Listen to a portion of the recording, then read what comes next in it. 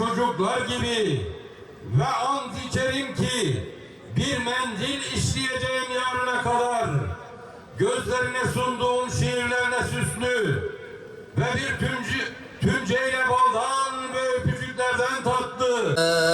Eyyühellezîne âmenû ista'înû bis-sabri ve's-salâh.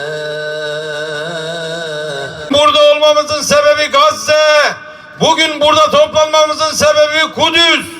Onun için dik duracağız. Sesimizi gür çıkaracağız. 9. ayına giren vahşi bir soykırımı bütün dünyayla birlikte bizler de izliyoruz.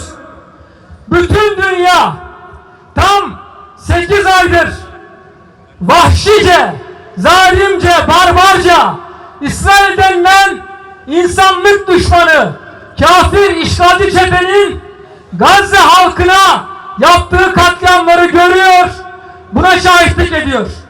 Ve bizler de 8 aydır kesintisiz biçimde bu zulmü konuşuyoruz, buna tepkimizi ifade ediyoruz, zalimlere karşı hak haykırıyoruz. Evet, bu zulmü konuşmaya, bu zulmü lanetlemeye devam edeceğiz, devam etmeliyiz. Bizler hem İsrail denilen bu azgın, kudurgan çetenin hem de onun zulümlerine destek veren, başta ABD'si, Avrupa'sı olmak üzere tüm emperyalist kafirlerin aslında bütün o kalkınma, ilerleme, gelişmişlik makyajlarının altında nasıl büyük bir canavarlık taşıdıklarını, nasıl zalimlik içerisinde olduklarını, nasıl insanlığa, hakka, adalete, özgürlüğe, insana düşman olduklarını mutlaka elbette konuşmalıyız ve konuşmaya devam edeceğiz.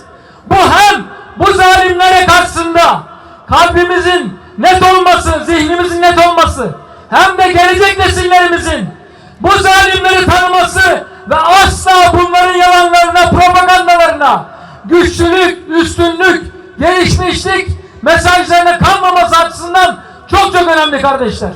Bu yüzden bunları konuşmaya, her fırsatta bunları teşhir etmeye, lanetlemeye devam etmeliyiz. Ama bundan daha önemlisi şu var ki kardeşler, bizler öncelikle bu 8 aylık süreç, Gazze halkının direnişi bizlere ne öğretti? Bizler için ne ifade ediyor? Bizlerin zihniyetinde, hayatında, ilişkilerinde ne tür değişiklikler yol açtı? Öncelikle bunun üzerinden düşünmeli, bunu konuşmalı, bunu tartışmalıyız. Evet kardeşler, 8 aydır bunca zulme, bunca vahşete rağmen Gazze halkının ve başta Hamas'ın, İzzettin Kassam'ın mücahitleri olmak üzere genciyle, yaşlısıyla, çoluğuyla, çocuğuyla, kadınıyla, erkeğiyle bu kardeşlerimizle ortaya koyduğu bu mücadele sadece İsrail denilen çetenin ve onun destekçilerinin zulümlerini, korkaklıklarını, zalimliklerini teşhir etmekle kalmamış, aynı zamanda bizlere bir kere daha imanın ne olduğunu, teslimiyetin, tevekkülün ne olduğunu, Allah'a boyun eğenin sadece onun karşısında rükû ve secde edeceğini, onun dışında hiçbir zulme, bütün dünyanın zulümleri, zalimleri toplansa da asla boyun eğmeyeceğini ve bu anlamda la ilahe illallah demenin ne olduğunu bir kere daha bizlere, bütün dünyaya gösterdiler. Allah Teala onlardan razı olsun.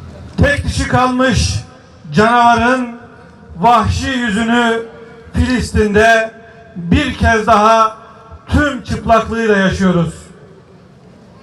Döktüğümüz gözyaşı, döktüğümüz alın teri, verdiğimiz kanlar inşallah yeniden barışın, huzurun, selamın yurdu olan Kudüs'ün özgürlüğüne vesile olsun inşallah.